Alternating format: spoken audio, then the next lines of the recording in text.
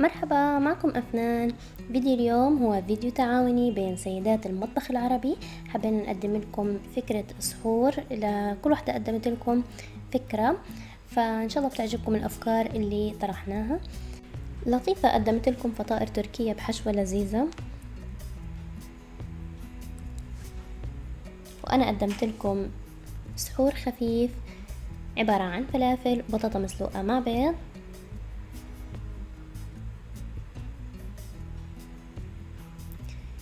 عليكم بألف عافية. إما روان حضرت لكم فطاير محشوة بالجبنة والزيتون. شهوات فاطمة قدمت لكم سحور تقليدي مغربي صحي عبارة عن لبن مع بلبولة شعرية. وآخر شي يمركان قدمت لكم شكشوكة بيض مع بطاطا. إن شاء الله تكون عجبتكم هاي الأفكار. فوتوا على قنواتهم وشوفوا شو حضروا، إن شاء الله تستفيدوا من الأفكار اللي حضروها.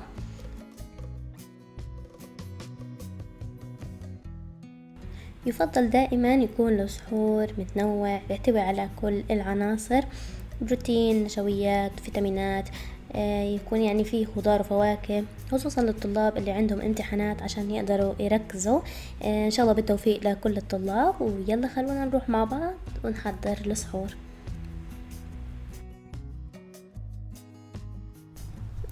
اول طبق عملته عبارة عن بطاطا وبيض مسلوقين. حطيت البطاطا، طبعا بطاطا كاملة، يفضل تكون بطاطا صغيرة، وهضيف معها البيض واخليهم على نار متوسطة. حوالي هياخدوا ربع ساعة تلت ساعة لينسلقوا بشكل منيح. طبعا البيض 7 دقايق بكون جاهز، بس البطاطا شوي بتطول، فعشان هيك يفضل تختاروها صغيرة. خلاص استوت معايا البطاطا وطلعتها. اللي هعمله اني ههرس البطاطا بشكل منيح لغاية ما تصير ناعمة، مهروسة وناعمة. طبعا مش هضيف لها ولا حاجة، لا زيت ولا زبدة حاليا، يعني مش هضيف ولا اشي. ههرس بس البطاطا.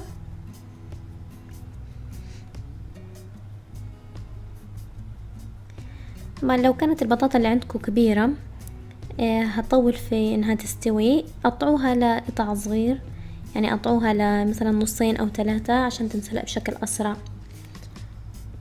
تمام. بعد ما نهرس البطاطا راح نضيف بقدونس، حزمة بقدونس نقطعها بشكل صغير وهنضيفه.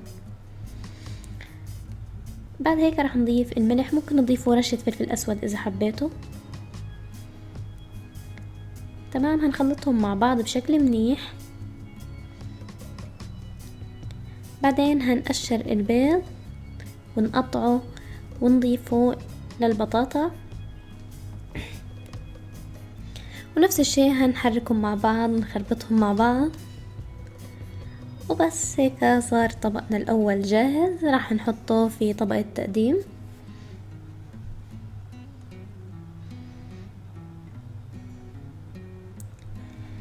لما نحطه بطبق التقديم، الحاجة اللي هنضيفها زيادة هي زيت الزيتون.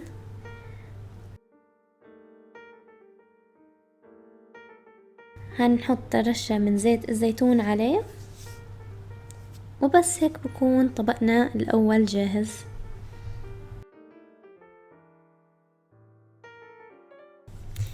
بالنسبة للطبق الثاني معنا اللي هو الفلافل، أنا عملت فيديو للفلافل قبل هيك، هترك لكم الرابط في أول صندوق الوصف، كمان هيظهر عندكم فوق تقدروا تشوفوه. هاي خلطة الفلافل، ضفت لها ملح، كمون، وكزبرة ناشفة، ومعلقة صغيرة، نص معلقة من اللي هو البيكربونات الصوديوم، وشوية سمسم، تقليبة على السريع. طبعا عشان شوي ناشفة ضفت لها شوية مي. بعد هيك هنبدأ نقليها.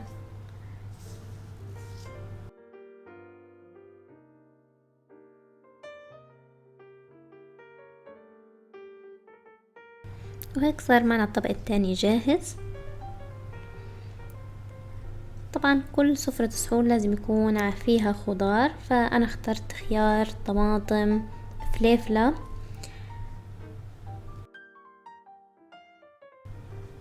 وكمان اخترت جرجير وزيتون ليكون على سفرة السحور.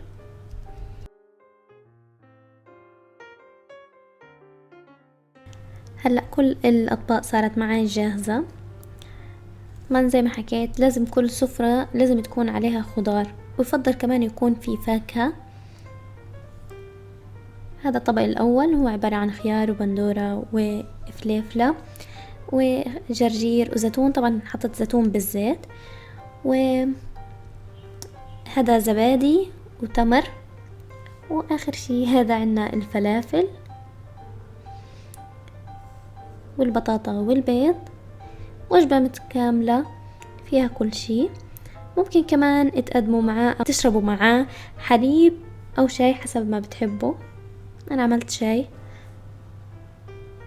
وبس. كانت هذه سفرتنا لليوم، سفرة السحور. بالعافية عليكم، بتمنى تكون عجبتكم.